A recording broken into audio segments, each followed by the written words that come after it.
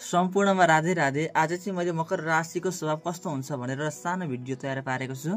मन परेमा लाइक र कमेन्ट गरिदिनु होला। मकर राशि भएको व्यक्ति देख्दाखेरि गम्भीर स्वभावका हुन्छन्, तर यिनीहरूको मन चाहिँ अलिक चञ्चलतापन अलिकति बढी हुन्छ। यिनीहरू बदलाको भावना एकदम राख्ने खालका हुन्छन्। कोही व्यक्तिले नराम्रो गरेको छ भने पर्खी मेरो पनि पालो आउँछ भनेर समयको पर्खाइमा बस्छन् र समय आएपछि सामा ब्याज एकैचोटि असुल गर्छन्। आफ्नो सामान कसरी व्यवस्थित गर्नुपर्ने हो भनेर मकर राशिको व्यक्तिलाई सिकाउनै पर्दैन। यिनीहरू आफैले स्वतः जानिसकेका हुन्छन्।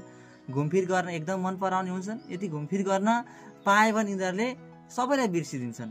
गम्भीर स्वभावका हुन्छन्, परिपक्वतामा अलिक बढी हुन्छन्, वैवाहिकता हुन्छन्, रोमान्टिक हुन्छन्। जिम्मेवारी कसरी वहन गर्नुपर्ने हो भनेर मकर राशि भएको व्यक्तिलाई स्वतः आफै थाहा हुन्छ। तुरुन्त घुलमिल हुँदैनन्, आत्मीयता देखाउँदैनन्। यदि देखाइहाल्यो भने जीवनभर साथ पनि छोड्दैनन्।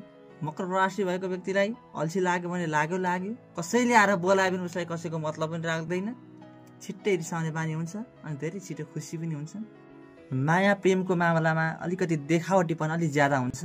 यिनीहरूलाई मजाले भन्दाखेरि चाहिँ बाहिर एक भित्र अनेक हुन्छन्। लुगा फोहोर नभए पनि धोइहाल्ने बानी हुन्छ। शनिबार, बुधबार र शुक्रबार एकदम राम्रो बार हो। नराम्रो बार चाहिँ मङ्गलबार रहेको छ। राम्रो कलरमा चाहिँ कालो, सेतो, निलो रहेको छ।